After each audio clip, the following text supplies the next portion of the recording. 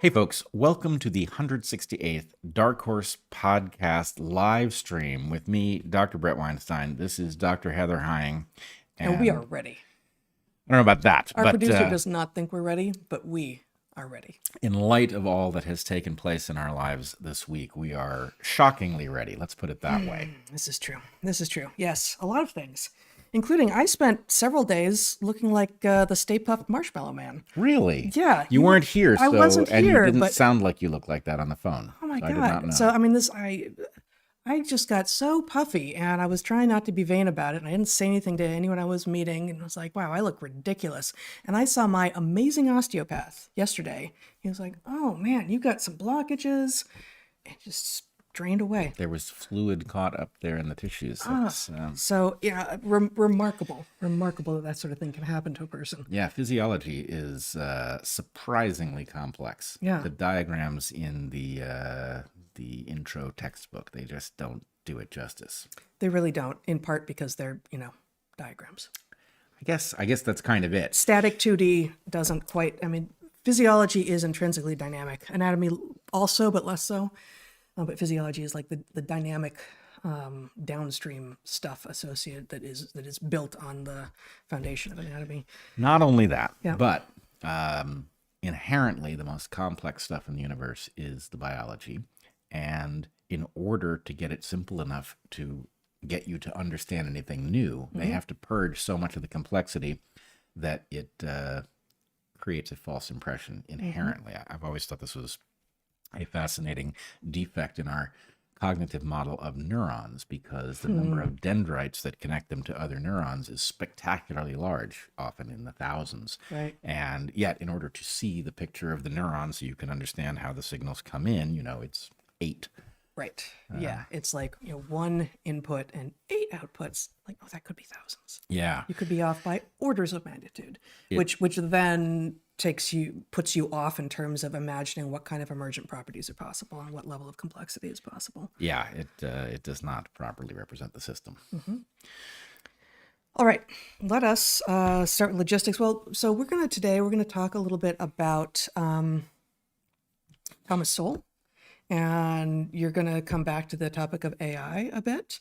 And we're going to finish the hour by talking, or the hour, 2 hours, whatever it is, by talking a little bit about penises. Peni, I think. Or not, Peens. Brunei. All right. Peens. I was... As in hemipenes. Right, or ball peens. Hammers. As a woman, which I am, I don't identify as one, I just am one. And you identify as one. I would never have introduced ball peen hammers into a discussion of penises. Yeah. Wouldn't have done it. Doesn't seem safe, doesn't seem kind. Just saying. If you were going to get hit with a kind of hammer, actually a ball peen hammer would be, it's not good, but it's definitely... For the record, I did not introduce the idea of hitting, of hammers, of hand tools at all. All right. Nope. For the record, nope, I not regret me. having introduced Do you? any of these topics into the discussion that you were attempting to cede. So, yes, I cede control. Oh, wow. Different seed. Okay. Don't tell me they're spelled differently. So differently. Are they? Yes. Oh, all right. I was, today years old when I learned that they were spelled differently. Yep. Yes. And yes. Okay. So all of that is yet to come. But first, we follow these live streams mostly. But today we are going to be following this live stream with a live Q&A. You can ask questions at darkhorsesubmissions.com. Next week, we will not be having a Q&A. And the week after that, we're actually going to be off entirely. So this is your last chance to ask questions for the live Q&A for 3 weeks, I guess. And do so if you have questions for us. Again, at darkhorsesubmissions.com. Please consider checking out my weekly writing at Natural Selections. This week, I did not update my notes here. I wrote about the sleep of seals, which I will just drop this little tantalizing nugget is how I ended up wanting to talk about penises today. All right. The sleep of seals. The seals sleep with the fishes. They do, as and they do are we. fishes, but yes, true. All right, now this has gotten suddenly so phylogenetic that people are changing the channel. Leaving in droves. Yes. Yes. Okay, so we also have a store. It is store.dark. Yes, please show it and tell me what the URL is because I always forget. Store.darkhorsepodcast.org. store.darkhorsepodcast.org.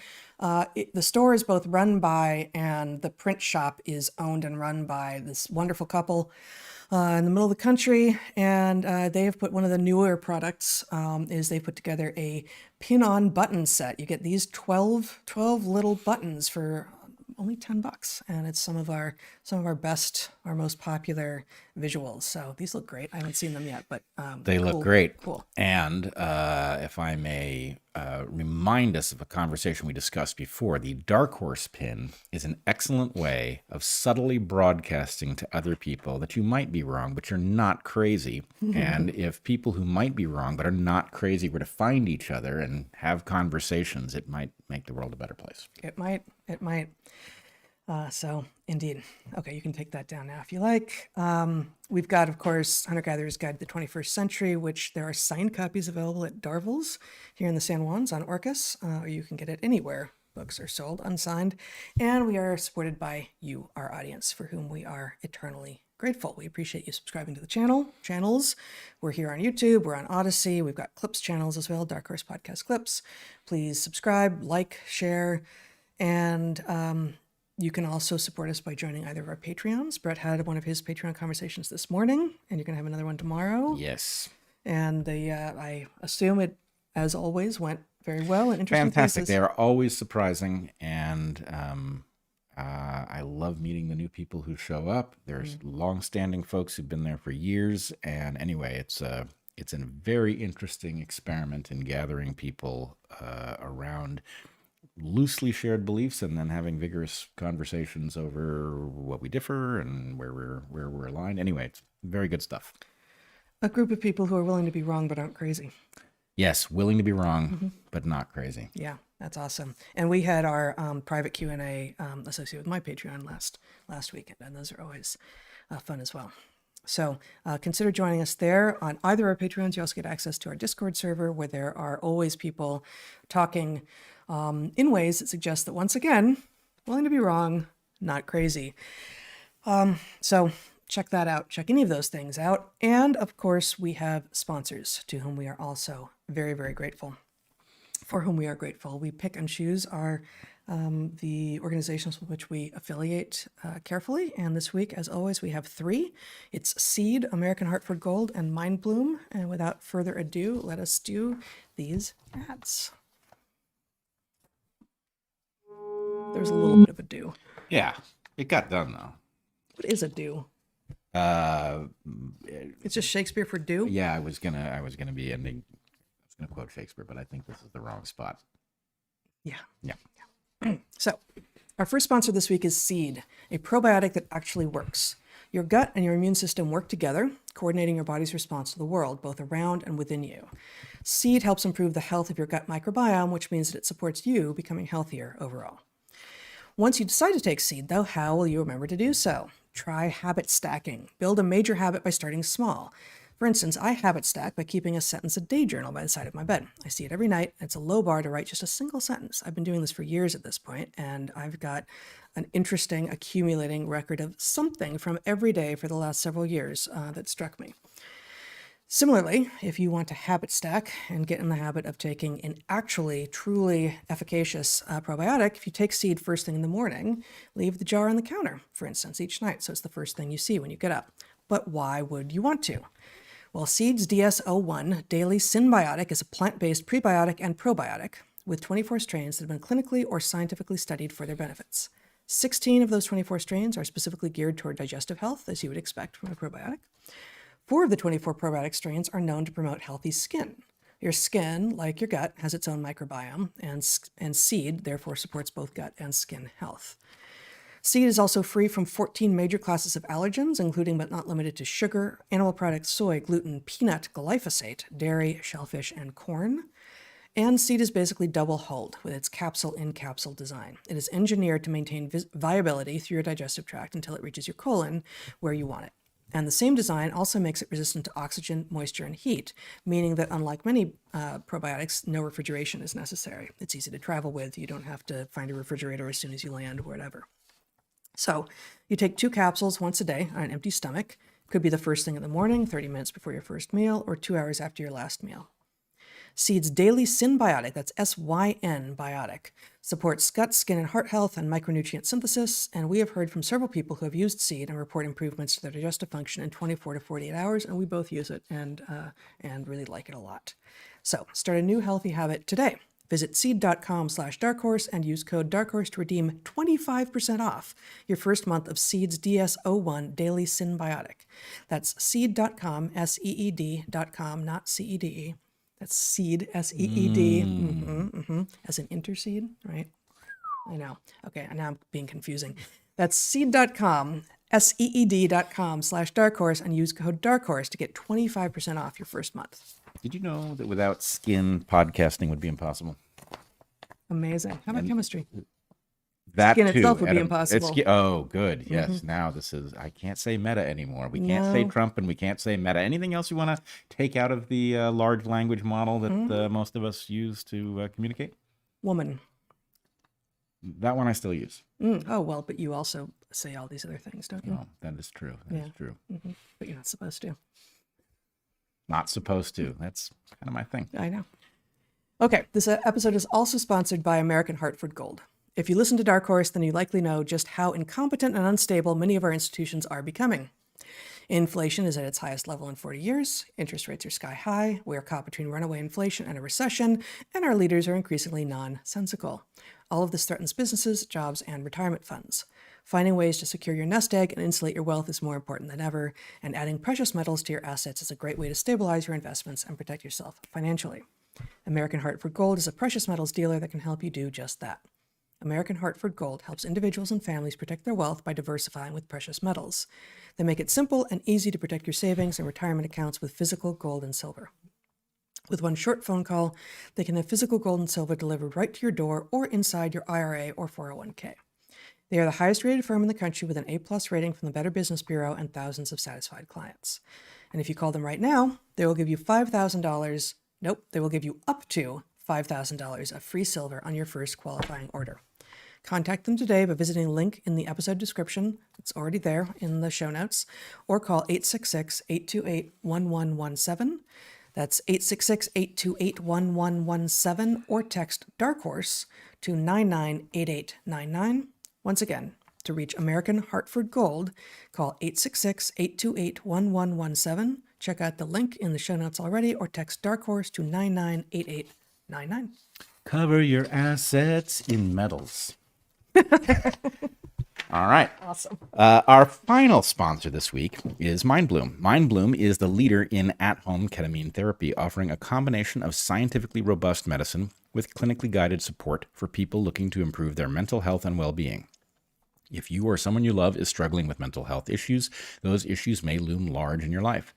There is no one-size-fits-all solution, but you know that you or your loved one needs something that will help achieve a real and lasting breakthrough. Maybe it's time for you to check out a guided ketamine therapy program from MindBloom. MindBloom could be your next and most successful chapter in mental health and well-being. MindBloom connects patients to licensed psychiatric clinicians to help them achieve better outcomes with lower cost, greater convenience, and an artfully crafted experience.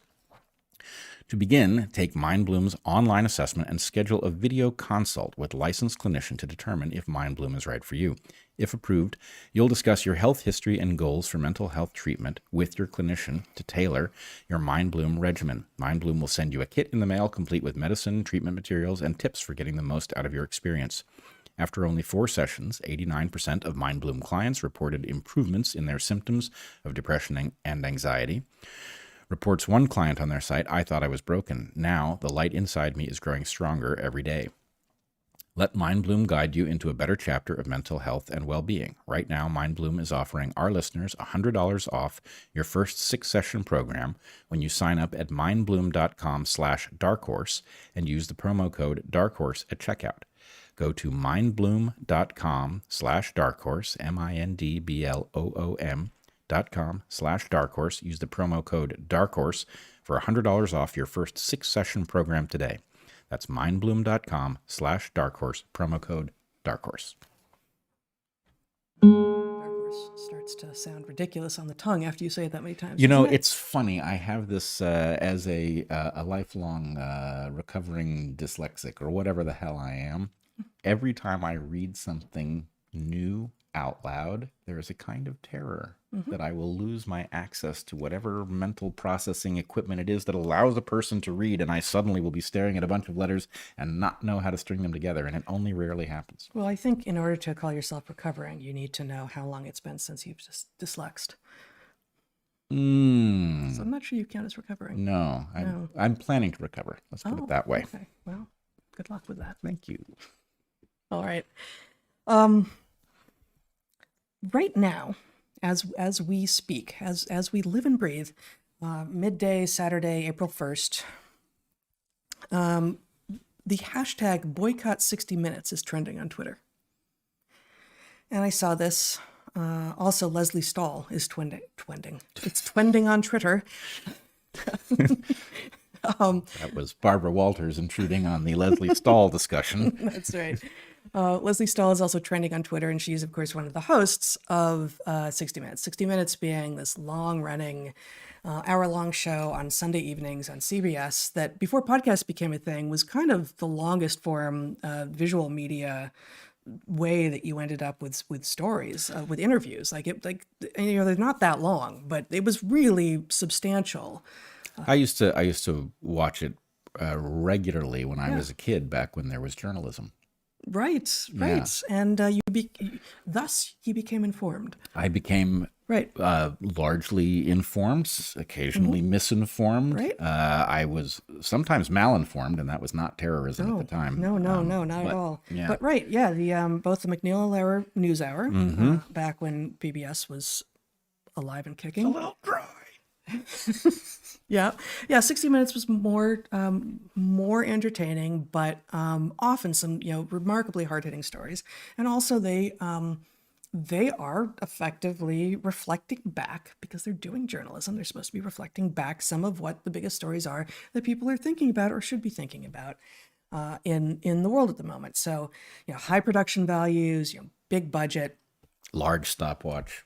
Very large stopwatch, and you got to know about how that would sound if it was in your living room. If you were any good at math, you could figure out how much of a television program was commercials by the fact that 60 Minutes contains something like 43 minutes of content. Well, I was going to say it was often 2 or 3 interviews plus some preamble, plus, was it Andy Rooney at the end? Is that right? Andy Rooney. Yeah. Yes. And yet, maybe these are sort of 12-minute total content-wise, these interviews. But again, this was as sort of deep as you would go in mainstream media, and until podcasts mostly. So hashtag boycott 60 Minutes. Wow. What did they do? Well, what they did, apparently, and it hasn't even happened yet. This segment is going to air tomorrow. We're in the pre-crime segment. We're in the pre-crime segment, but the crime's already been committed. It's just not public yet. So on April 2nd, apparently they are going to, for their Sunday show, they are going to reveal the, again, high production value results of the set of interviews that Leslie Stahl did with, wait for it, the gall of the woman, the inhumanity. She interviewed Marjorie Taylor Greene. Mm-hmm. Marjorie Taylor Greene, who, if you've been living under a rock, is an elected official, a congresswoman in the House of Representatives of the United States of America, representing Georgia. Now, we don't live in Georgia. We didn't vote for her. Probably wouldn't have voted for her if we did live there, but I don't know, right? She's there. She's an elected official. She has some remarkable views. She's the AOC of the right. She's the AOC of the red team. She's the AOC of the red team, and I think that both of those women have something to offer, and a lot of what they are is a dog and pony show, both of them. What? That seems dangerous, but I'm all for it. A dog and pony show. I'm not calling either of them dogs or ponies. Right. I'm saying that so much of it is for show, and yet at base, both AOC and Marjorie Taylor Greene appear to have some fundamental values that I share. And I probably won't watch this, just like I probably wouldn't watch a Leslie Stahl interview with AOC. But the idea that Leslie Stahl just sitting down and talking with an elected official in the House of Representatives in the United States of America is enough to get the Twitter mob out in force and say basically, for shame, how could you? You do not talk to those sorts of people, is, I think, really indicative of the moment that we are living in. And that was the segue by which I wanted to introduce some of this Thomas Sowell thinking. But So it's a tell. it is right? a tell. The point is, tell. let's say that you think Marjorie Taylor Greene is some sort of a terrible disaster, an affront to good governance or something like that. Right. It's a reasonable thing to think. You should want her interviewed. It will reveal itself, or you will discover that it isn't true, right? The idea... But that's the danger, isn't it? What if some people discover it's not true? Well, so this is, in fact, one of the central tools of the moment, is penalizing people for open-mindedness, right?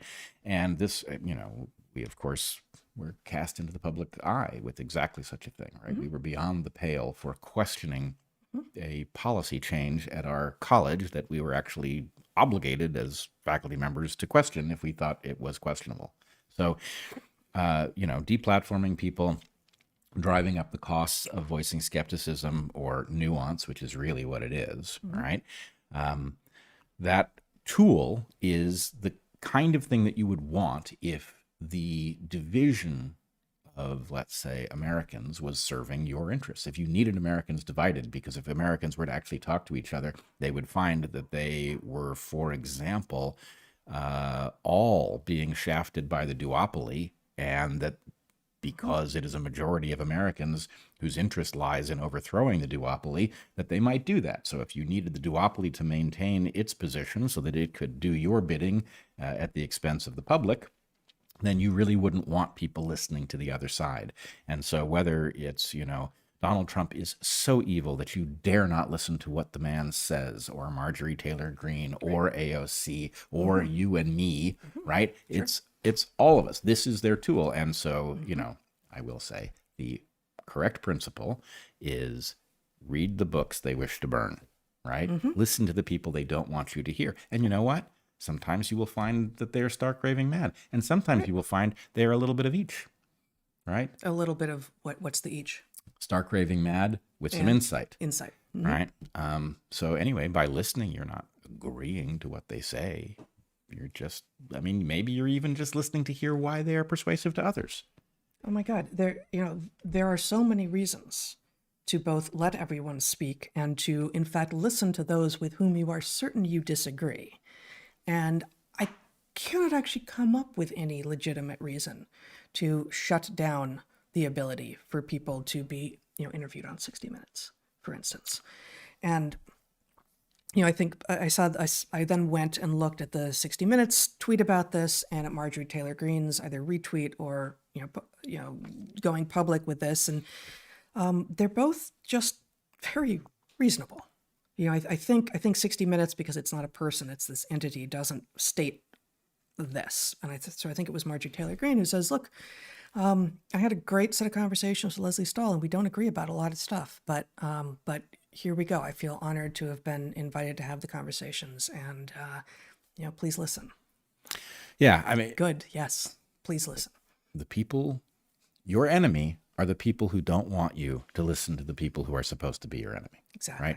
Listening to them is not, you have a mind so that you can discern what's reasonable and what is not. And somebody can say terrible things, and it doesn't have to persuade you, and you don't have to feel jeopardized by it, and you should know what they're saying.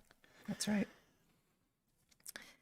So 3 episodes ago, I guess, episode DarkHorse 165, we discussed and read a few excerpts from Paul Tillich's work. Tillich was a German-born theologian who came to the United States before World War II and then did these radio broadcasts with the help of the U.S. Office of War Information that were broadcast into Germany during the Third Reich to help, basically, he was trying to wake up the German populace to what was happening. And he's really an extraordinary thinker. And in the wake of that, I gotta say acquaintance at this point because we haven't interacted a lot, but I hope that we meet in real life at some point and become friends with the amazing, extremely talented Clifton Duncan. who was an up-and-coming singer and actor, just remarkably talented. And I'll link to his YouTube channel in the show notes. His blossoming career on stage and screen was cut short by his refusal to comply with vaccine mandates. So you will find him, you should check out his YouTube channel. And you can also find him on Twitter, often just railing against the stupid and the certainty of the people who are so sure they're on the right side of history in keeping people like him from being in front of those of us who would be interested in hearing just a fabulous voice and seeing the talents of such an actor. Anyway, he reached out to me and said, what you were sharing about Tillich has been explored in some depth by Thomas Sowell. And he referenced a couple of works that I had, but also this massive book, Intellectuals and Society, which I had not owned. And he specifically pointed me to a few things. So I bought it, and I want to share just a few excerpts from it here today for us to talk about. There are 4 excerpts. I think after each of them we can discuss a little bit, and they are all from chapter 10. This was a 2011 book, first published in 2011. It's been updated with some chapters added for republication in 2021, but the original text is from over 10 years ago at this point. And it was this bad already then. Just keep that in mind. Okay, so chapter 10, all of these are from chapter 10, which is called Filtering Reality. This first excerpt is the beginning of the chapter, Filtering Reality, in Thomas Sowell's Intellectuals and Society. I think it's Soul, isn't it? Soul? I think so. Keep trying to say soul, and then I see how it's spelled, and I can't do it. Yeah, the problem is we have a Sewell right in our. So it is. I think like Alma. Like I'm gonna go soul. Like I'm gonna pronounce it like that, and I can't. Right. Thomas Sowell. Thomas Sowell. Not soul right. Okay. Filtering Reality. The preservation of the vision of the anointed has led many among the intelligentsia to vigorous and even desperate expedients, including the filtering out of facts, the redefinition of words, and for some intellectuals, challenging the very idea of truth itself. Many among the intelligentsia create their own reality, whether deliberately or not, by filtering out information contrary to their conception of how the world is or ought to be. Some have gone further. J.A. Schumpeter said that the first thing a man will do for his ideals is lie. It is not necessary to lie, however, in order to deceive, when filtering will accomplish the same purpose. This can take the form of reporting selective and atypical samples, suppressing some facts altogether, or filtering out the inconvenient meanings or connotations of words. With regard to selective samples, Sowell writes, filtering the sample of information available to the public can take many forms. For example, Bennett Cerf, or Cerf, I'm not sure which, the founder of Random House Publishers, at one time during the Second World War, suggested that books critical of the Soviet Union be withdrawn from circulation. When the American economy was recovering from a recession in 1983 and unemployment was down in 45 out of the 50 states, ABC News simply chose to feature a report on one of the 5 states where that was not so, or as they put it, quote, where unemployment is most severe. As if these states were just more severe examples of a more general condition, when in fact, they were very atypical of existing trends in unemployment. So that's the first little excerpt, just his framing of the issue and 2 examples of how in the past media has led, well, the first one is a call for actual censorship of books. But the idea that ABC looked at 50 states, found a trend that should make all of us feel good in 45 of 50 of them, and decided to report on one of the others while actively eliding the fact that this was the exception is, well, as you said earlier, back when journalism was happening, this was back when journalism was supposedly happening. And still, this filtering of facts, while making it seem that you are getting the truth, the whole truth, and nothing but the truth, has never been the case, honestly. So there is a very deep question here. Mm-hmm. The license to adjust the presentation of reality in the truth-seeking realms, journalism, the courts, science, the university system, all of the places where truth is sought. There is always an argument to be made that certain truths are counterproductive and that we would be better off either adjusting them so that we present the thing that is most useful to believe, or editing those which are inconvenient and presenting those that go on narrative. There's always this argument. It needs to be settled exactly once. The fact is, you don't have a right to do that, because truth-seeking itself is incredibly valuable in moving forward. And what that means, and this is, was obvious to the founders, for example, what that means is that you must suffer the costs that truth inevitably brings in order to get its benefits, right? Just as the enemy is always those who don't want you to hear your enemy, right? The enemy is always those who are arguing in favor of their right to edit the truth for utility. Now, the problem with that all is very clear, I think. The problem with that, and, I would say, for example, literally false, metaphorically true, right? Here you have clear, evolved stories that are not literally true. They are, in fact, in many places in conflict with what we can discover to be literally true, but obviously have utility. And I'm not attacking those things. Those things are valuable, have been valuable. What I'm saying is they don't belong in the laboratory, right? The place where you're seeking truth is not a place for metaphorical truth, right? It is a place for literal truth. The problem, however, is the universe is a very complex place. And we understand a lot in some places and very little in some others. And you have to have a mechanism for dealing with the stuff that you don't get yet, right? A lot of the stuff in the Bio 101 textbook is bullshit. But I call it bullshit because it's not done correctly. It does not acknowledge, we don't exactly know what takes place here, but here is something that could fit that space, and we will find out over time how much of this is right and how much of this is nonsense, right? But putting a lot of black boxes into a Bio 101 textbook will not suit the professor who doesn't want any questions, will not suit the eager undergraduate, maybe pre-health, or just is, thinks that they need the answers and they need to know exactly what they are, and uncertainty is uncomfortable.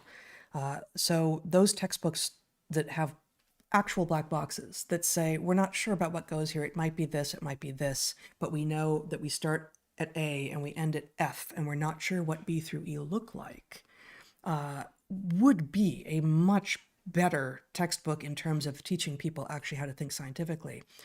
But it does not fit with people's expectation of certainty. Well, and the expectation of certainty varies with topic. In other words, the thing that always troubled me about the bio textbook was that it was written in the same style as the chem textbook. And the fact is, intro chem, we do have a really good idea how all that stuff works. We are encyclopedic. Now, there's a place, you go far enough in chemistry, you get to a place where we're confused again. But it isn't in the intro textbook. In the bio textbook, it ought to be all over that thing. And so they shouldn't be written as similarly encyclopedic. I agree with you. I will just asterisk here that, chemistry also uses metaphor, right? Like, all the sciences use metaphor, and many scientists, if you say that to them, are like, I most certainly do not. Right. What are you talking about? But, the example for me, and you've heard this before, is like, orbitals.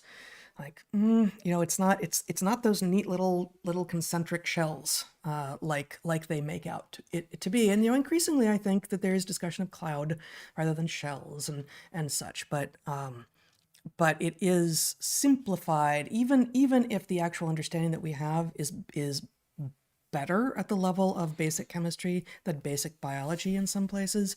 The intro textbooks are still written as if it is more simple and less nuanced, and we are more certain than we actually are. Yeah, it's just that the difference between the chemistry and the biology is orders of magnitude in terms of what fraction we understand. And because of the difference in complexity. Right, because of the difference in complexity, absolutely. And there's another issue, which we hinted at the beginning of the podcast. How are we to depict a neuron that has, several thousand dendritic connections to other neurons? You could have just a sea of complexity, and then the student doesn't understand the neuron. Yep. Or you could simplify it, and then they get the wrong idea of the neuron, and it gets overly ingrained. And one of the I've become troubled by this over time. Never figured out exactly what the right thing to do is, other than just to call attention to it. The capacity of something, especially something visually compelling, to mislead the mind is so great that when we do diagram a neuron and it has 8 dendrites and 1 axon, and the number of axons is right, but the number of dendrites is way the hell off. We create that broken model in the mind. And the point is, it's like a snowplow when you're skiing, right? The snowplow might be how low adaptive peak. Yeah, it's a low adaptive peak, and it's hard to get out of it, right? It's once you've learned that a snowplow is how you can control your speed, it's hard to pull your skis together and learn to, use a turn to control your speed. So anyway, we because it requires that you are facing downhill with no brakes on at some moment in every turn. You are crossing the fall line, and so we've got to figure out how you own up to this ahead of time.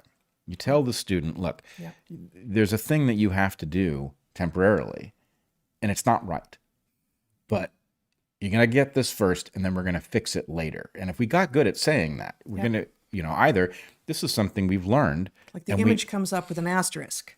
Like, okay, you can now visualize that neuron, but have that have that asterisk in your head as well. That's part of the visual. Right. This is 50% wrong or 10% wrong or something. I wouldn't quantify it. But I wouldn't quantify it either, but something to indicate that there is something, that learning this thing will make you feel clever, but there's a next stage which is going to make it feel dumb or something, right?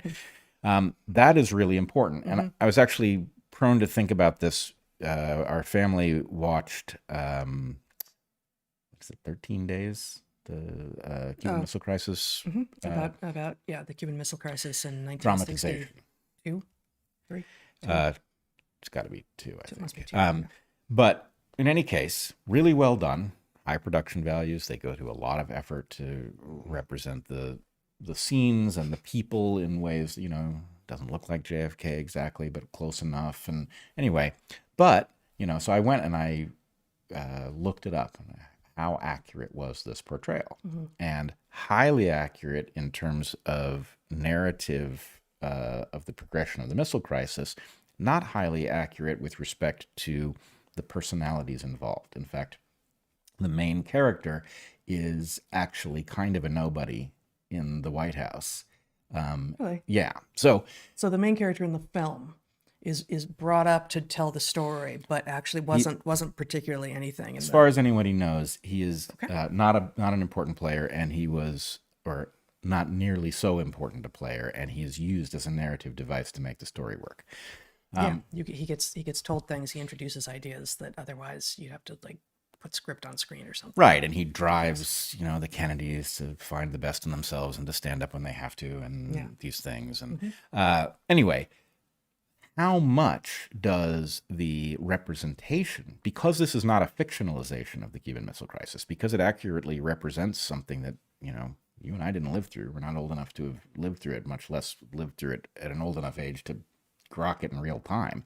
So the representation of the Cuban Missile Crisis that we see on screen comes to supplant the actual history for a large number of people. It's not a fictionalization. It is. It's fiction. It's portrayed as historical fiction, which historical fiction is a broad genre in which I think you hope for the ability to learn some truth about history, but any particular thing that you take from historical fiction, you would want to fact check that, of course, before assuming that it was actually something that was being conveyed accurately. But I can see that you, like I, were surprised that the main character in the film is not an important player in the Kennedy White House. Right. But I guess I was just objecting to, of course it's a fictionalization. Well, but I guess the point is then fiction is such a huge category from, the dialogue is made up, but the events are accurate, this person is actually not really,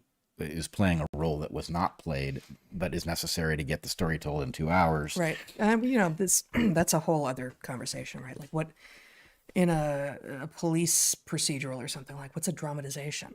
Yeah. A dramatization is, as far as we are led to believe, supposed to be an actual, accurate portrayal of what happened. But of course, no one knows for sure exactly what all happened. And this particular dramatization may value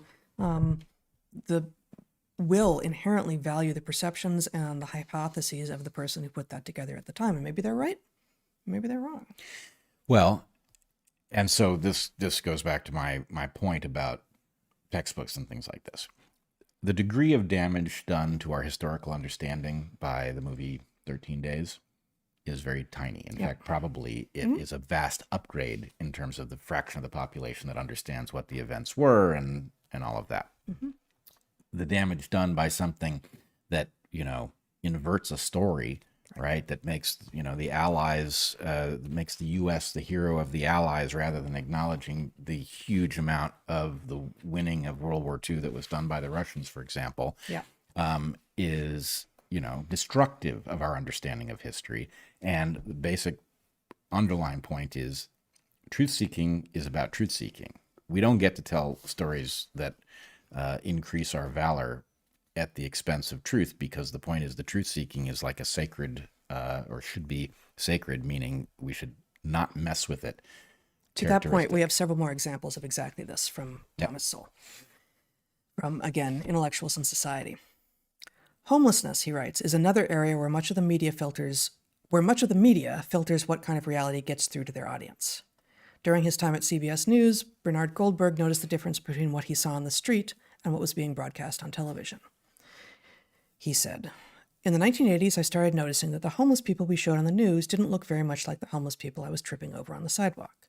The ones on the sidewalk, by and large, were winos or drug addicts or schizophrenics. They mumbled crazy things or gave you the evil eye when they put paper coffee cups in your face and asked for money. But the ones we liked to show on television were different. They looked as if they came from your neighborhood and mine. They looked like us. And the message from TV news is they didn't just look like us, they were like us. On NBC, Tom Brokaw said that the homeless are, quote, people you know. If the homeless tend to be sanitized in television news, businessmen tend to be demonized in movies and television dramas, as another study found. Quote, only 37% of the fictional entrepreneurs played positive roles, and the proportion of bad guy businessmen was almost double that of all other occupations. What's more, they were really nasty, committing 40% of the murders and 44% of the vice crimes. Only 8% of primetime criminals were black. End quote. But continuing with what Sowell writes, Sowell, yes. In real life as well as in fiction, what was presented to television audiences was highly atypical of what existed in the real world. Another example. During the period studied, 6% of the people with AIDS shown on the evening news were gay men, but in real life, 58% were gay men. On TV, 16% were blacks and Hispanics, but in real life, 46% were black or Hispanic. On TV, 2% of the AIDS sufferers were IV drug users. In real life, 23% were. This creation of a picture reflecting the vision of the anointed, rather than the realities of the world, extends to textbooks used in schools. Publishers such as McGraw-Hill, for example, have percentage guidelines as to how many of the people shown in photographs in their textbooks have to be black, white, Hispanic, and disabled. Moreover, the way these individuals are portrayed must also reflect the vision of the anointed. According to the Wall Street Journal, quote, one major publisher vetoed a photo of a barefoot child in an African village on the grounds that the lack of footwear reinforced the stereotype of poverty on that continent, end quote.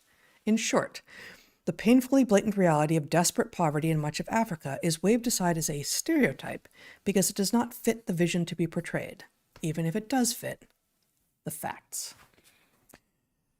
Wow. That's the second of the 4 excerpts I wanted to share from Thomas Sowell's Intellectuals in Society. So I want to point to 2 things. One, Michael Schellenberger did a tremendous amount in much more recent times to reveal the factual bankruptcy of the idea that what we have is a homelessness crisis, right? Homelessness is a symptom of a different crisis, and it is a euphemism that obscures the problem, so that lots of people labor under the misapprehension that the problem is not enough homes and rent being too expensive or something like that. We talked about this. His book is extraordinary, and we talked about this in some live streams past. Yep. Yeah. But he also did the service, as many people now are doing, but he also did the service of just taking the camera onto the streets in the Bay Area, specifically in San Francisco, and saying, yep, This is what I'm seeing. This is what is happening. And he interviewed people, and it was amazing how open they were about their drug addictions and what kind of hospitable environment they find for their vices in San Francisco. Yes. I actually just anecdotally, and I'm not going to give away the specifics so that I'm just going to anonymize the person I heard this from, but I was just talking to someone in Portland who said there's an interview up with some homeless woman who was being asked, like, why don't you go into the housing that's been erected? Like, there is actually some housing that has been put together, but there are a few rules, like, there's no drugs, and and you have to keep the space clean. And she said, why would I leave? This is fantastic. You get up, you get high, you go get your free meal, you come back, you go to sleep, you get up, you get high, you get your free meal, you come back, you go to sleep, repeat. And no, that's not everyone's story, but her story, and it's very much like what Schellenberger was seeing farther south on the West Coast in another major city, was, if you make a life appealing to people who have underlying problems that are not entirely reducible to, I do not have a home, then they will continue to choose to live the life that you have made appealing. Yeah. People navigate based on proxies for well-being. And unfortunately, those proxies are especially easily sidelined by chemicals that interfere with the motivational architecture. So it's not surprising that if you take the pain out of losing your home and you facilitate, the pursuit of those chemicals, that lots of people will fail to find the motivation to fix their lives. And I am not claiming that there is a solution in that description. What I'm claiming is that it is obvious that you will increase the problem if that's your approach, is to use compassion in a naive way is, of course, going to create a bigger problem than you initially had. That's right. Should I do the next one, or did you have something else to say? Here, okay. Third of 4 excerpts from Chapter 10 of Thomas Sowell's Intellectuals in Society. I can figure out where it is. Here we go. Suppressing facts. One of the historic... Sorry, my computer... Okay. One of the historic examples of suppressing facts was the reporting and non-reporting of the Soviet Union's government-created famine in the Ukraine and the North Caucasus that killed millions of people in the 1930s. This is going far back, right? New York Times Moscow correspondent Walter Duranty wrote, "There is no famine or actual starvation, nor is there likely to be." He received a Pulitzer Prize. The Pulitzer panel commending him for his reports, quote, "marked by scholarship, profundity, impartiality, sound judgment, and exceptional clarity." Meanwhile, British writer Malcolm Muggeridge reported from the Ukraine that peasants there were in fact starving. Quote, "I mean starving in its absolute sense, not undernourished as, for instance, most Oriental peasants and some unemployed workers in Europe, but having had for weeks next to nothing to eat," end quote. Muggeridge, I'm not sure how to pronounce it, wrote in a subsequent article that the man-made famine was, quote, "one of the most monstrous crimes in history, so terrible that people in the future will scarcely be able to believe it ever happened," end quote. Decades later, a scholarly study by Robert Conquest, The Harvest of Sorrow, estimated that 6 million people had died in that famine over a period of 3 years. Still later, when the official archives were finally opened in the last days of the Soviet Union under Mikhail Gorbachev, new estimates of the deaths from the man-made famine were made by various scholars who had studied material from those archives. Most of their estimates equaled or exceeded Dr. Conquest's earlier estimates. At the time of the famine, however, this was one of the most successful filtering operations imaginable. What Muggeridge said was dismissed as, quote, "a hysterical tirade" by Beatrice Webb, co-author with her husband Sidney Webb of an internationally known study of the Soviet Union. Muggeridge was vilified, was unable to get work as a writer after his dispatches from the Soviet Union, and was so financially strapped that he, his wife, and 2 small children had to move in with friends. There is no need to believe that there was any conspiracy among editors or journalists to silence and ostracize Malcolm Muggeridge, nor is a conspiracy necessary for successfully filtering out things that do not fit the prevailing vision, either then or now. Except for Muggeridge and a very few other people, a famine deliberately used to break the back of resistance to Stalin, killing a comparable or larger number of people as those who died in the Nazi Holocaust, Holocaust would have been filtered completely out of history instead of being merely ignored as it usually is today. This was not a matter of honest mistakes by Durante and others. What Durante said privately to some other journalists and to diplomats at the time was radically different from what he said in his dispatches to the New York Times. For example, in 1933, a British diplomat reported to London, quote, "Mr. Durante thinks it is quite possible that as many as 10 million people may have died directly or indirectly from lack of food in the Soviet Union during the past year." So when people wonder why it's important that we know what, for instance, Anthony Fauci was saying privately early in COVID, this is why.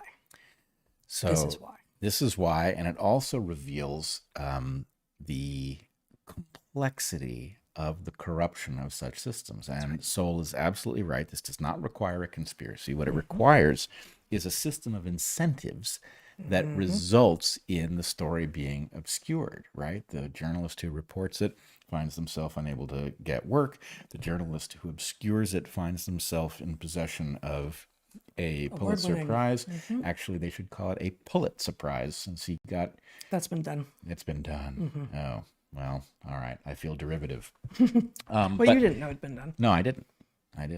But anyway, this actually is a terrific moment to point then to Jacob Siegel's new excellent article in Tablet Magazine on this very topic. So what he has done is an exploration. Do we have? I have not seen. Yeah, this you have it? Jacob Siegel's Tablet article. Jacob Siegel is a senior editor at Tablet Magazine. You ready? Yep. And here is his new article, maybe a tour de force. That's an alarming image. That is an alarming. For those of you who are just listening, it's an oil or something of a crow with a digital eye. Like digital a camera eye. Yep. And the title of the article is A Guide to Understanding the Hoax of the Century. Anyway, it is excellent. It's quite a long article. We will post a link to it. And what it does is it explores the new architecture for managing narratives, ostensibly in the national interest. But of course, that's not how it works, is it? No, this is a nation structure that has been captured by special interests, which means interests that are counter to the public's interest, that is foisting a narrative on us that has all sorts of ramifications, be they medical, fiscal, international relations, environmental. And so anyway, what you and I have been talking about, in terms of, for example, misdis and malinformation, is discussed here. The article does cover the shenanigans over COVID, one amongst many topics. He's got 13 different perspectives that he describes. Anyway, highly recommend it. It's definitely worth the investment of time. I also discovered this morning that there is a glossary that Tablet Magazine, I hope they are just building it. It's not complete as it is, but they appear to be building a glossary of terms relevant to information control. I, of course, furiously contacted them this morning and said, you need misdis and malinformation, and you need to trace it back to the Department of Homeland Security that introduced this in their memo in February of 2022. That's right. But anyway, follows perfectly from Thomas Sowell's words. Indeed, it does. Okay, one last excerpt from Sowell for today. Same chapter, Filtering Reality, in the book Intellectuals and Society, first published in 2011, republished with a few added chapters, although not this one, I think, in 2021. Just as it is hard to find any consistent correlation between gun ownership and violent crime rates internationally, it is hard to find any such correlation from historical statistics within the United States. As one study noted, quote, the United States experienced an extraordinary increase in violent crime in the 1960s and 1970s, and a remarkable drop in violent crime in the 1990s. The number of firearms, especially handguns, in private hands increased by several million every year during this period. The relentless growth in the privately held stock of firearms cannot explain both the crime wave of the first period and the crime drop of the second period. Few of these facts detrimental to gun control advocates' case reach the general public, although there is no organized conspiracy to block the truth. Individual ad hoc filtering of what gets through the media to the public can readily add up to as complete a distortion of reality as if there were a conscious coordination by a heavy-handed censorship or propaganda agency. If those individual journalists and editors who do the filtering share the same general vision of what is and what ought to be. What seems plausible to those who share that vision can become the criterion of both believability and newsworthiness. Plausibility, however, is the most treacherous of all criteria, for what will seem plausible in a particular case depends on what one already believes in general. It is not necessary for either individuals or a cabal to work out a plan of deliberate deception for filtering of information to produce a distorted picture that resembles the vision of the anointed rather than the reality of the world. All that is necessary is that those in a position to filter, whether as reporters, editors, teachers, scholars, or movie makers, decide that there are certain aspects of reality that the masses would misunderstand, and which a sense of social responsibility requires those in a position to filter to leave out. This applies far beyond issues of gun control. Fantastic. Yeah. As always, he is right on the money, both analytically and also the way he presents these things. It's just, it hits you over the head every time. Yeah, and I can't at the moment think of a major story to which this isn't applying, right? Like this. Yep. Certainly the last 3 years of COVID, in which the entire world and, to some degree, us specifically have been informed that you may not have those conversations. You may not investigate those questions because doing so adds an element of doubt into the minds of the masses, basically. And the argument is one of his argument, his word. It's the anointed versus all the rest of us. And at some level, what we have been accused of doing is breaking ranks. You got your fancy degrees. You're the anointed. Don't do this, right? And we have somewhat fancy degrees, but more to the point, are scientists. Yeah, we got degrees in truth-seeking. Right. And what actually are all of those other people with supposed degrees in truth-seeking up to? Because either they never could do it, in which case their degrees are shams, which some of them are, or they are actively lying to themselves and or to everyone else, in which case they don't deserve to stand as if with authority and speak words that, whether or not they know it, aren't true. What was the initial publication? 2011. Date? 2011. So I did want to highlight one thing. He's correct that you don't need a conspiracy to get these things. We, however, are living in 2023. We are. And the fact that a conspiracy is not necessary to get this kind of narrative control doesn't mean that we don't have one. And in fact, it's out in the open, right?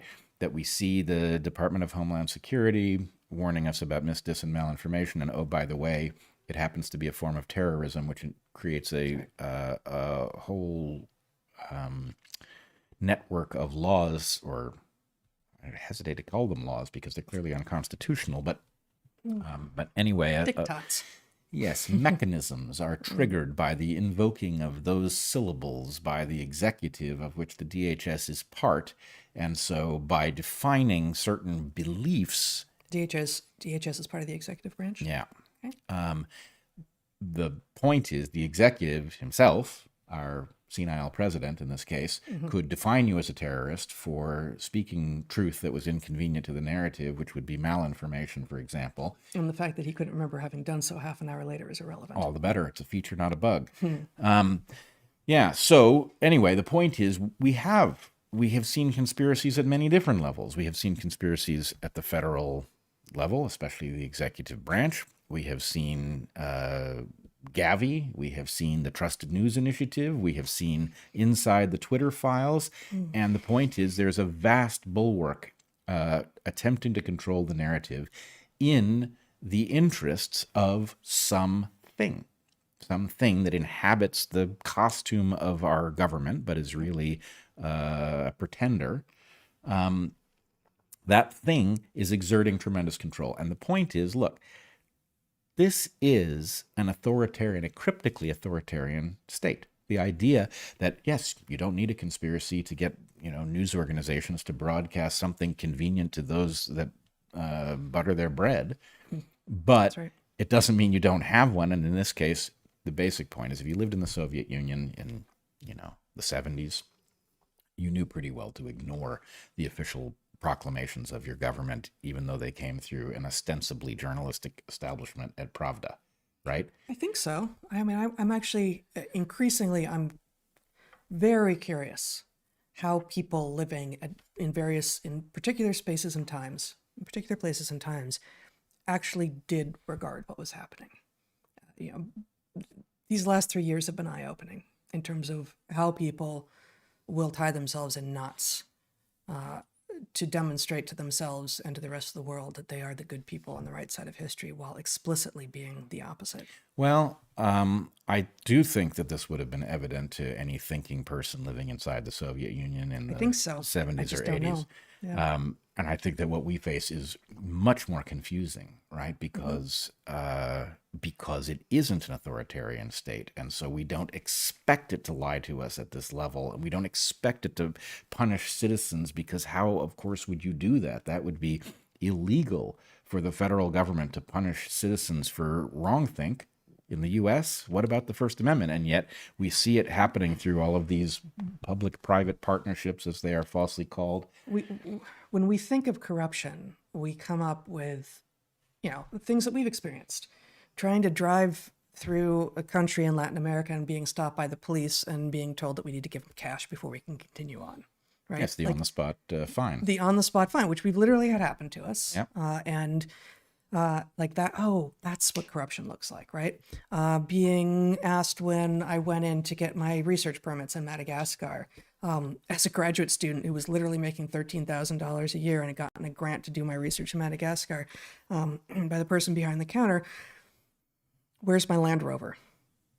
That was the first ask. I don't have a Land Rover.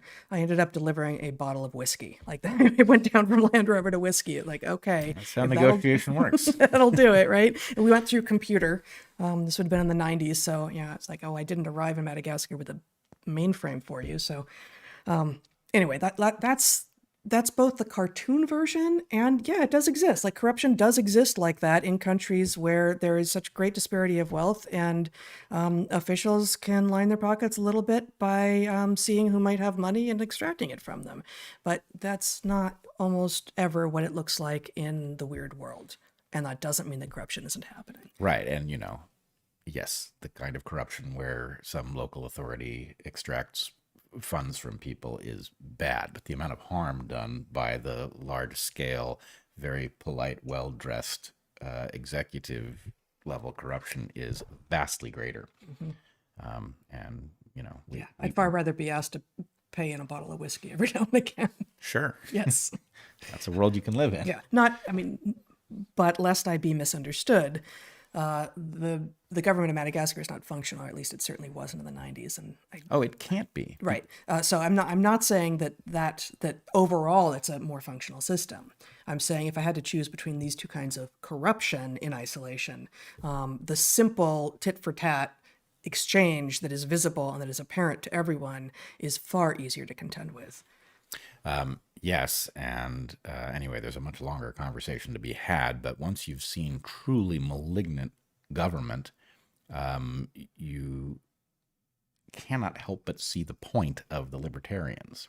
Libertarians are, tragically wrong on the game theory, but frankly, I would much rather live in a system harmed by the absence of necessary laws than one in which the lawmaking authority is corrupt and malevolent and effective, which is where we are.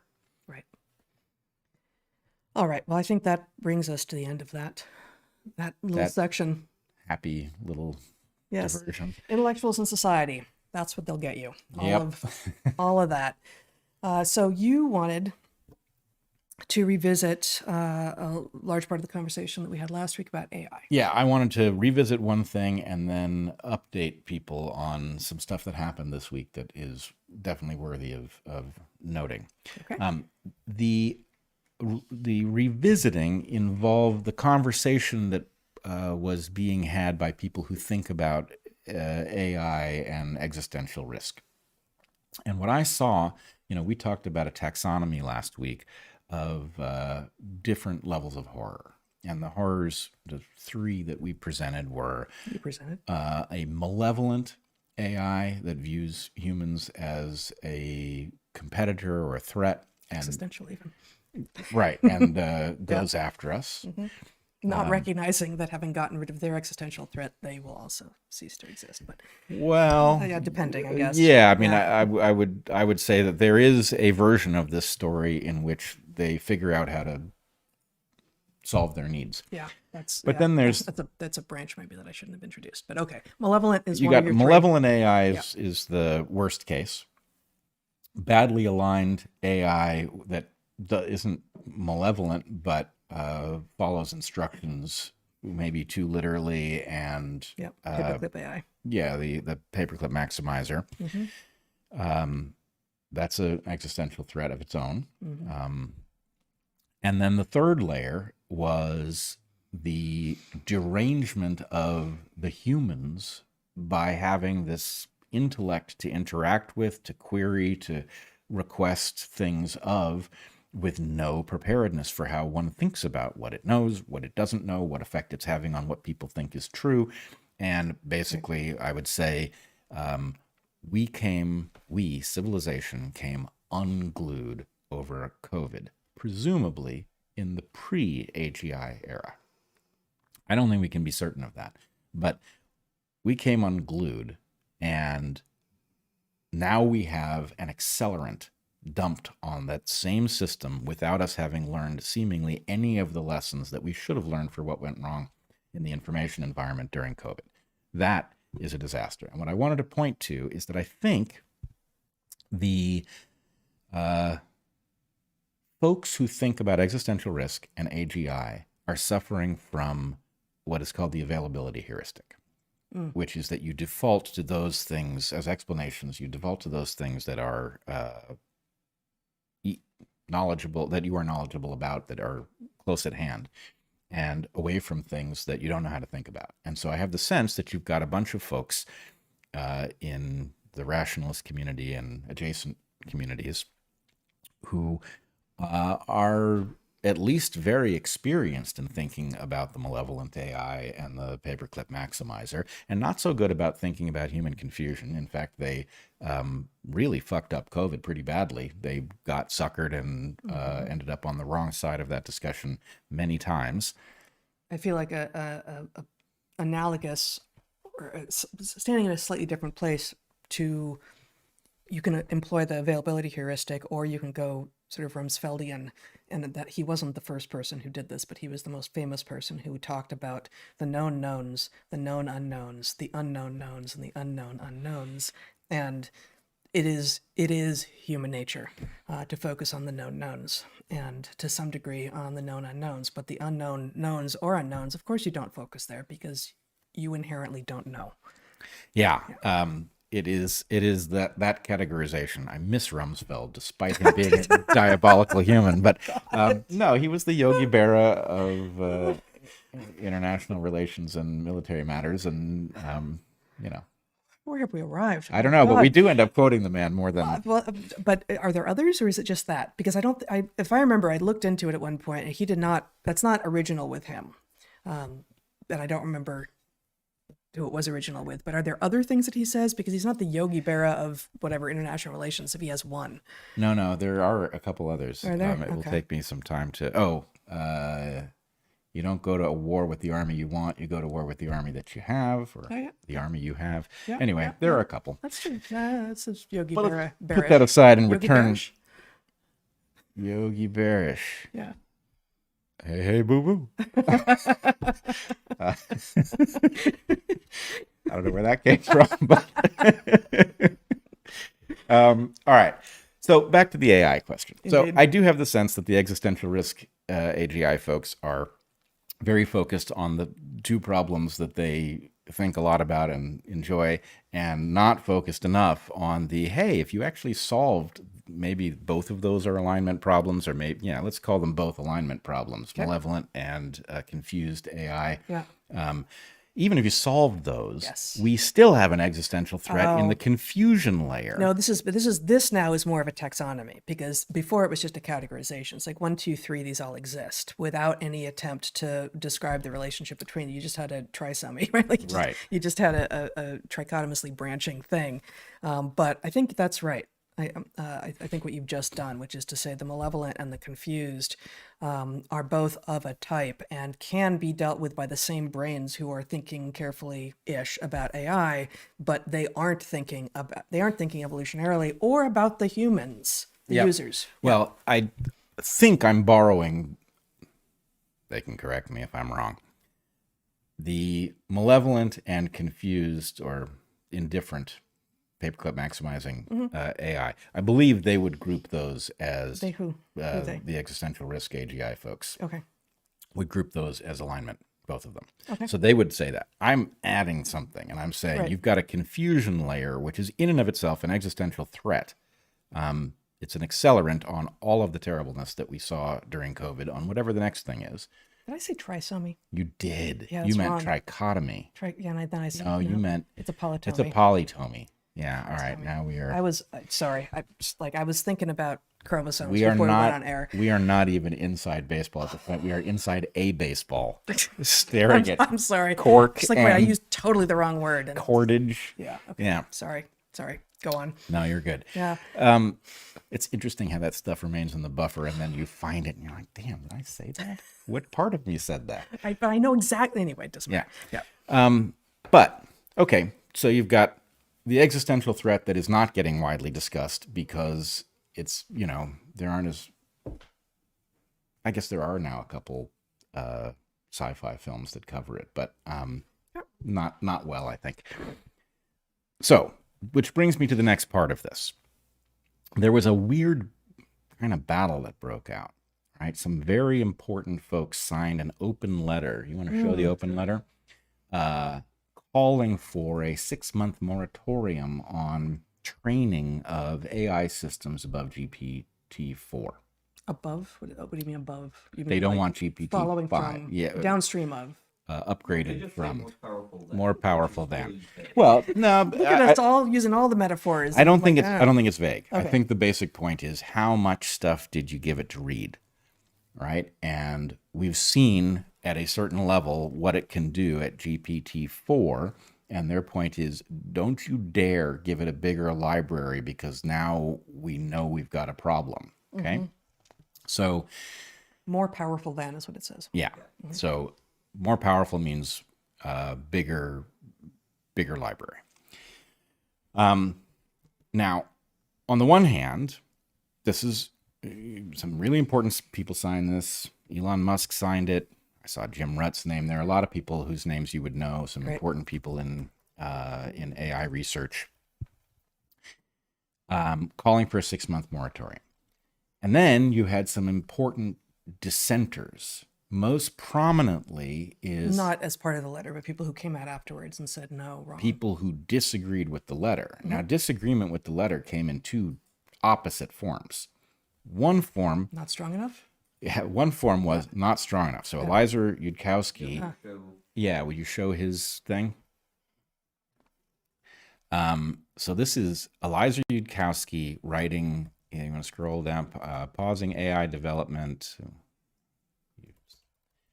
Pausing AI development, something. I didn't catch the full title here. I'm going to scroll back. Pausing AI developments isn't enough. We need to shut it all down. Okay. And this was it's a little hard to describe this piece. It's rare that one sees anything written like this in a mainstream publication or something that, has that as its legacy. But he basically says, many of us who think about this question believe that the dawning of AGI will result in the extinction of all of humanity, the death of all living people. And he goes on to clarify that he doesn't mean that there's some remote chance of it, that he thinks it's the likely outcome. Now, But there are also the sort of Pollyanna objections to the letter, saying it's fine, it's all going to be fine. Right. Right. Now, I will say Yudkowsky goes to extraordinary lengths, and he advocates for things like airstrikes on servers that don't abide by a moratorium on this kind of research. He advocates for airstrikes on servers that don't abide by a complete shutdown of this technology. Yeah. Okay. Now, that has been mocked by many people. It is certainly... it's either the most serious existential threat to humanity, as he apparently is arguing. I haven't read his letter, or it's not. Yeah. Now, I'm not supportive of that's a bridge too far. Well, is it or is it not? The most serious existential threat to humanity right now. And I actually, again, I haven't read it, so I don't know that that's his claim, but it sounds like it's at least close to. It's in the right neighborhood of his claim, right? Yes. There's a question about how we are to navigate such things. Mm-hmm. Obviously, if you had a runaway AI that was threatening humanity, we bomb stuff over much less than that, right? A bit. So obviously there's an argument to be made. On the other hand, it is not apparent that this style of thinking is correctly anticipating what comes. It is certainly troubling that a large number of people who appear capable of high quality thought and are expert in this area believe that there is an alarming possibility of such a thing. Mm-hmm. But are we to start bombing people over somebody's breathless claims in Time magazine? I don't know. That doesn't sound like any planet I know about. That wasn't in Time, was it? Yeah. Oh, it was. Yeah. Oh, Yudkowsky. Yeah. Oh.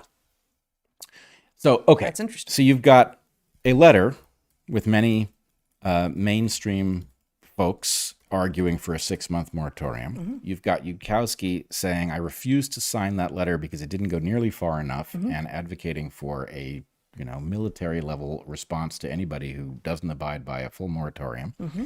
And then full and permanent? I believe so. Mm-hmm. And then you have, or not permanent, I guess it would be pending the development of... Yeah.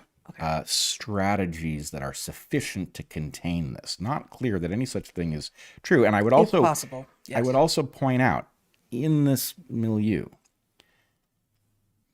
it is not surprising that something AGI-like has emerged.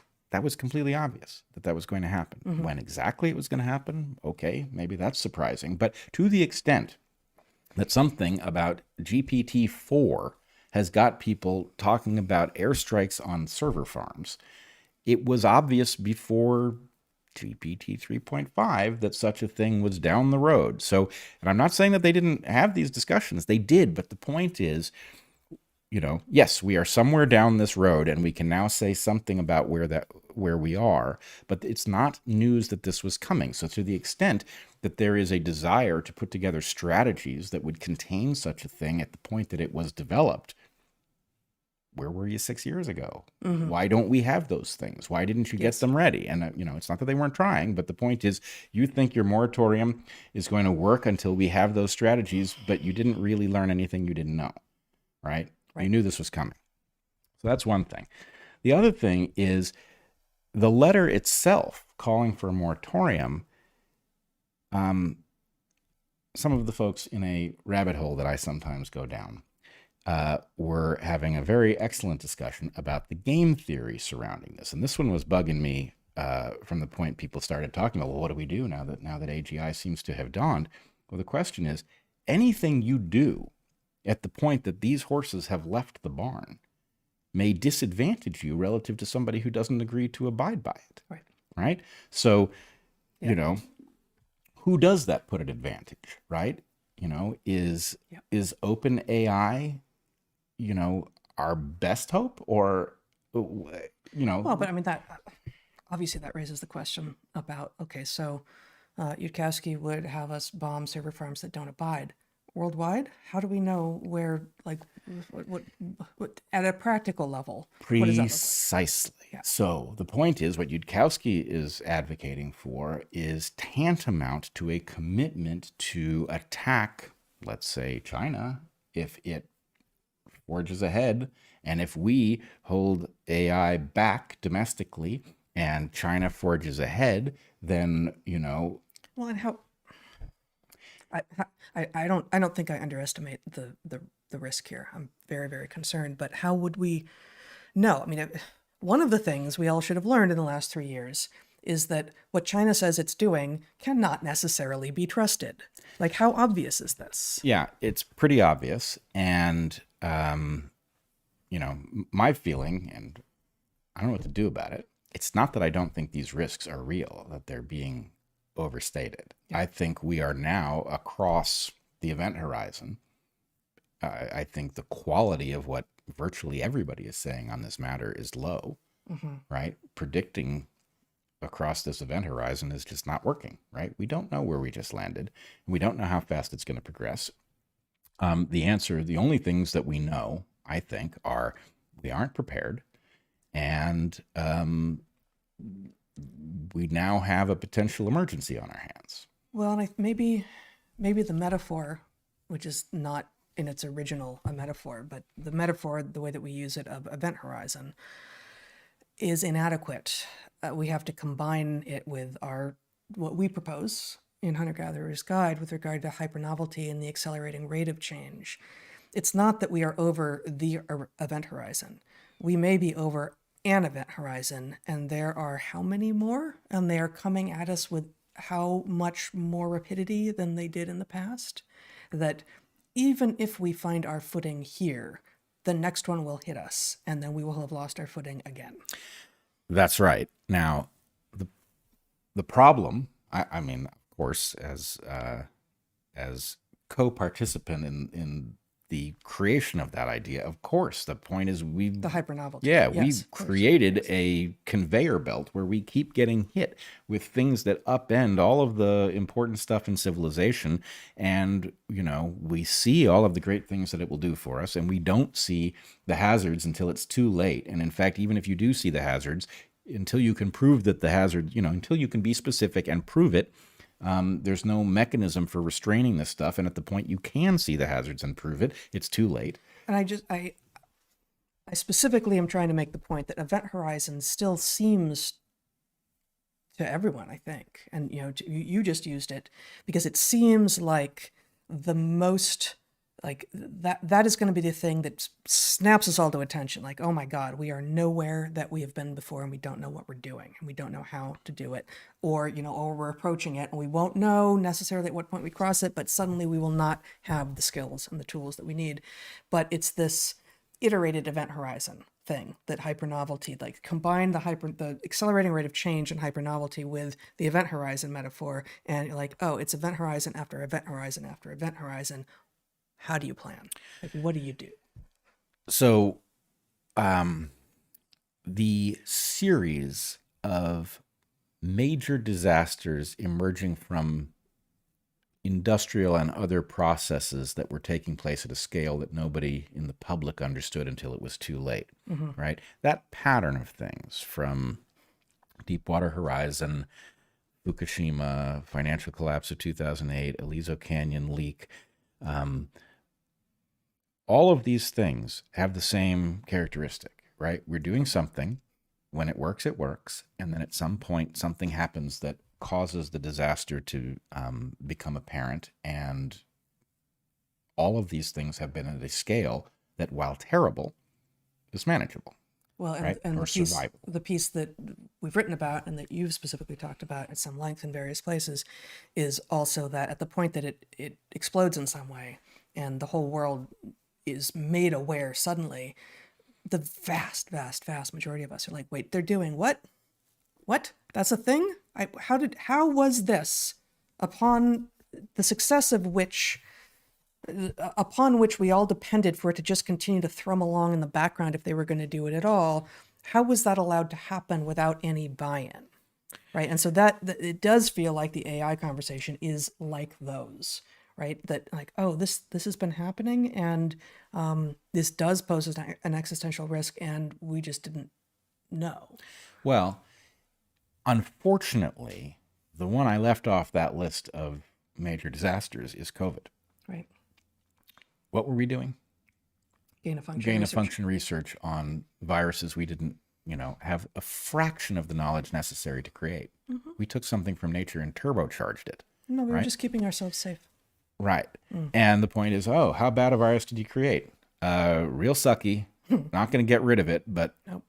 Survivable, right? It's a terrible For most people. self-inflicted wound. Yeah, but boy, it's Well, not it's anything gonna- like anything else. It's going to shorten lives. Well, and it outright kills some people. Right? Yeah. It shortens lives, and that causes death in people, and it may shorten all of our lives. But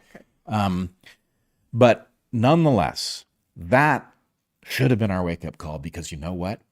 It had the characteristics in order to see the puzzle, right? It was contagious, right? And therefore a tiny little, you've got a little process taking place literally in a room, Yeah. right? That results in a little microscopic thing finding its way into a cell. And then the point is, oh, now the world's stuck with this thing. It circulates between people. It evolves on its own, completely out of control, right? Global Well, scale. This is part of why Origins is so important. These monsters, frankly, monsters, because if the world comes to understand for sure what at this point should be obvious to everyone, this does not have a zoonotic origin, then obviously we shut down gain of function research. Right. You should. Obviously. On the other hand, I mean, believe me, we should have shut down gain of function research, and we should figure out the big puzzle is, okay, Like Obama put a moratorium on this stuff back in, what was it? 2015. 15, 14, yeah. And like that, it was not unlike, I think, I have not read this letter, but the moratorium was 8 years ago on gain of function research was like, whoa, can we just slow it down seriously for a while we assess, while we figure out what this means. Well, but it reveals the elephant in the room, as it were, which is that you're damned if you do and damned if you don't, right? Gain of function research isn't that hard. And so Hey, Zach.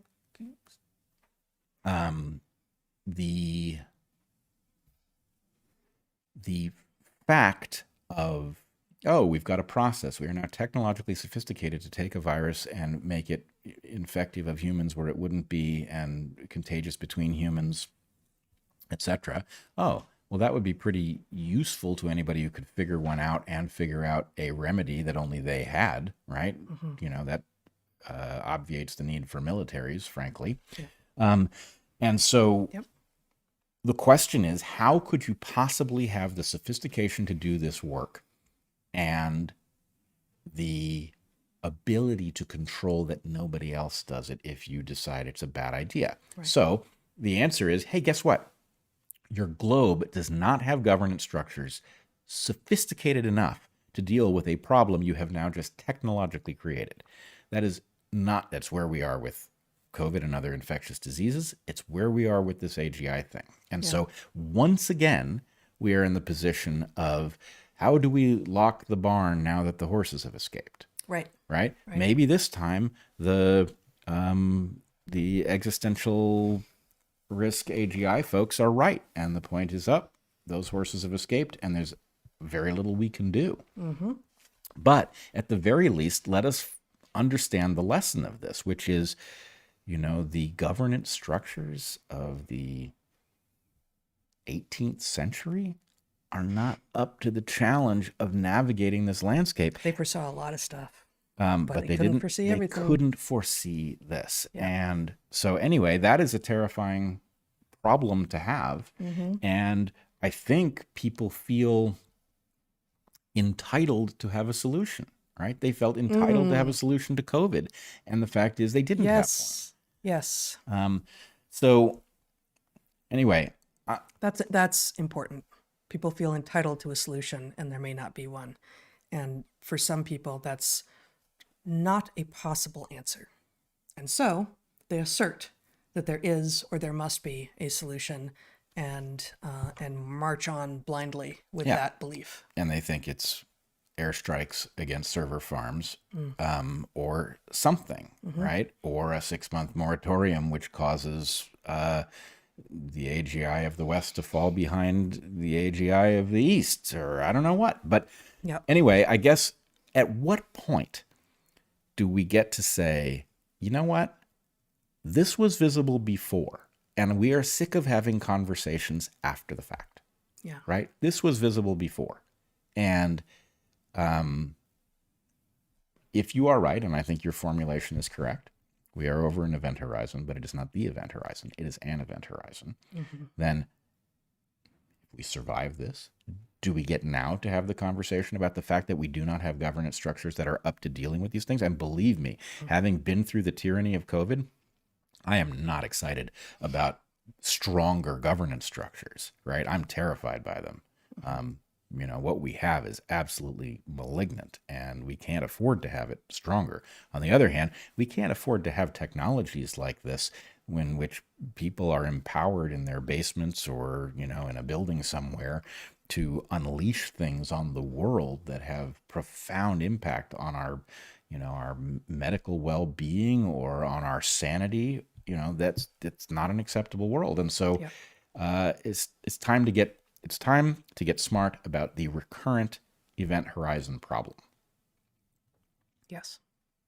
Very good. Okay, finally. Yeah. I realized actually that we have an armadillo behind us, and some people object to it. But this is it's a holy armadillo. Holy armadillo, yes. Apparently. The armadillo, whose scientific name is, and I actually don't know if it's a hard CH or if it's Catophractus or Chatophractus. I'm going to go with Catophractus villosus. Common name is the big hairy armadillo. Okay, so the big hairy armadillo, which lives in South America. There's more than one of them, but the species lives in South America. They have gigantic penises. And I came to know this in doing research for my piece that I published on my Substack last week on the sleep of seals. The connection may be, and indeed should be, unclear. Yes, it is. I promise you. Yes. This side of the table, so far, I got nothing. Yeah, well, okay, so I am not now, nor have I ever been a man. Therefore, I'm not in actual possession of a penis on my person. But as I understand it, and as research confirms, men have erections during REM sleep. Apparently, all the time. Like, all the time. As do all the mammals where it's been looked at. Really? Yes. Erections during REM sleep. All the animals where it's been looked at, with one exception. Oh, I think I know what it is. The big hairy armadillo with its gigantic penis. I don't actually, that's probably wrong, but like seriously, its penis. Oh, because it would be a liability. Its penis is more than half the length of its body, not including its tail. Do we know for why? No. Okay. Right. And so, but they've got some weird reproductive stuff. Like I did not dive deep enough into like what weird reproductive stuff they have. And I think we basically don't know. But seriously, all the mammals that have been looked at, except for the big hairy armadillo, have REM sleep erections. And the big hairy armadillo does indeed have erections during its sleep, but only in non-REM sleep. Wait. I know. I'm telling you. So here, you can show my screen if you feel like it. Here we have the paper in questions from 2001. This was not published on April 1st. I know it's April Fool's Day right now, but absence of penile, so paradoxical sleep is just another word for REM sleep. Absence of penile erections during paradoxical sleep. Peculiar penile events during wakefulness and slow wave sleep in the armadillo.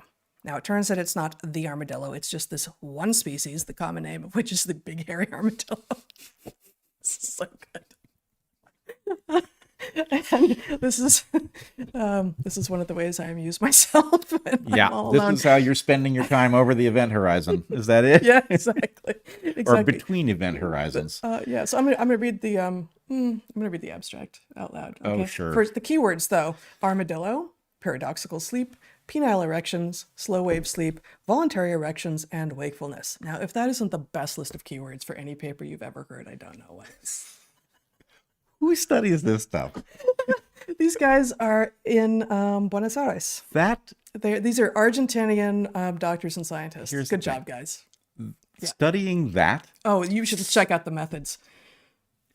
Studying that topic suggests that we've got so much stuff wired that I know for sure we know nothing about, right? No, but you're not that guy. Like, we've both studied things. It's like I'm there is no applied reason to do this, but it's out there. It's happening. I'm interested. Science should know.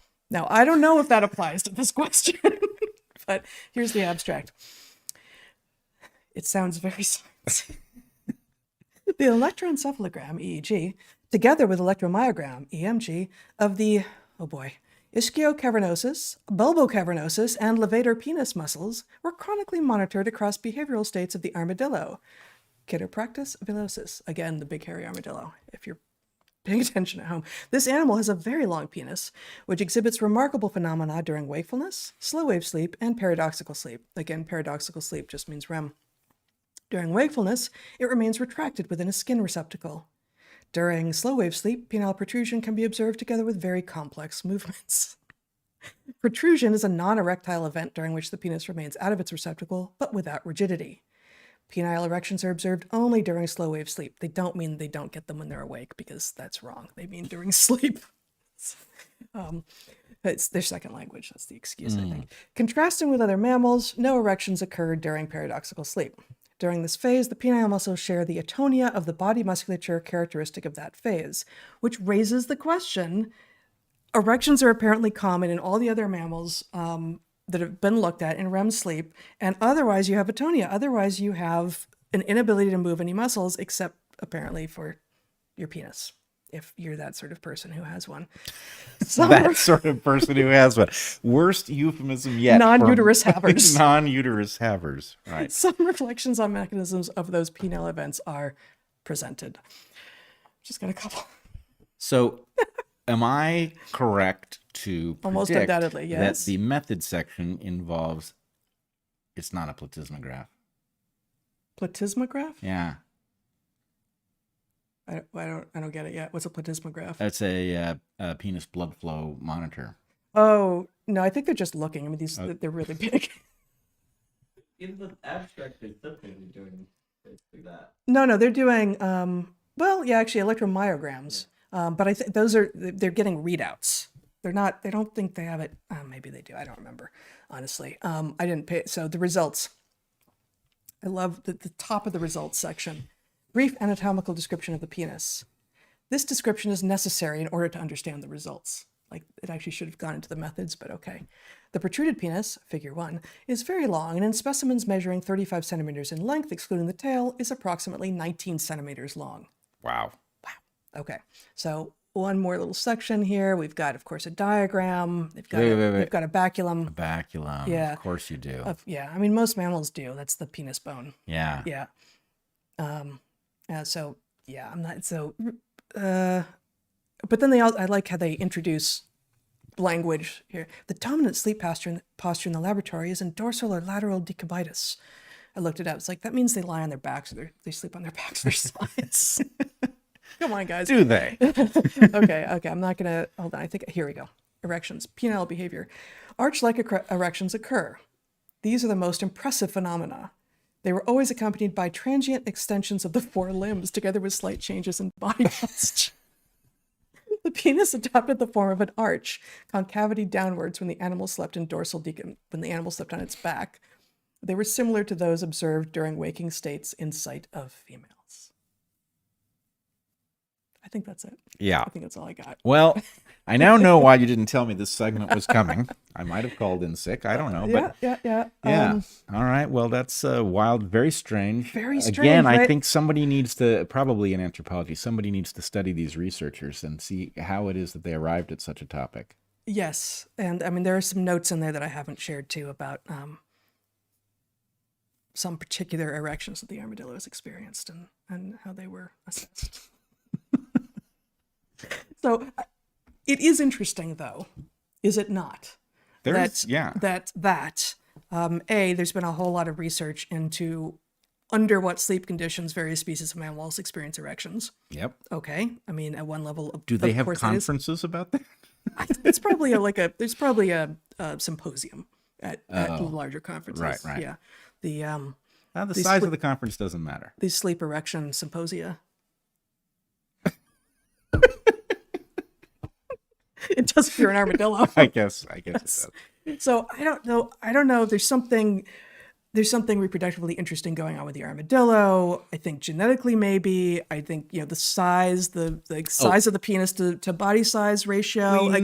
We know from the adaptive test described in the Hunter-Gatherer's Guide. I'm to not the doubting 21st it's adaptive. Yeah. But no, there's a damn good reason for all of that architecture and the pattern of erections during different kinds of. I learned something. I learned that armadillos have REM sleep, which I guess isn't that a synapomorphy of mammals, something like that. I think we think it's a synapomorphy, which is to say a shared derived characteristic new to mammals, or maybe it's just therians, which is to say all the mammals except for the echidnas and the platypus, although it may just be that it's hard to assess REM sleep in echidnas and the platypus. Yes, without laughing, at least in the platypus. I don't know how these people did this work without laughing all the time. Yeah. No, they probably did. I don't think the armadillos were laughing. No. It's sort of like, you pulled me out of where and you're Right. doing what? No, they have quite the alien abduction story. Yes. And they weren't inside of any females at all. They were just having erections during their non-REM sleep. Yeah. Well, all right. That's all very strange. Yeah. Okay. That is where we have arrived. We have arrived there Yes. somehow. Yep. I think that's it. All right. I think we're going to do it. We are for sure going to do a Q&A this week. Again, not next week.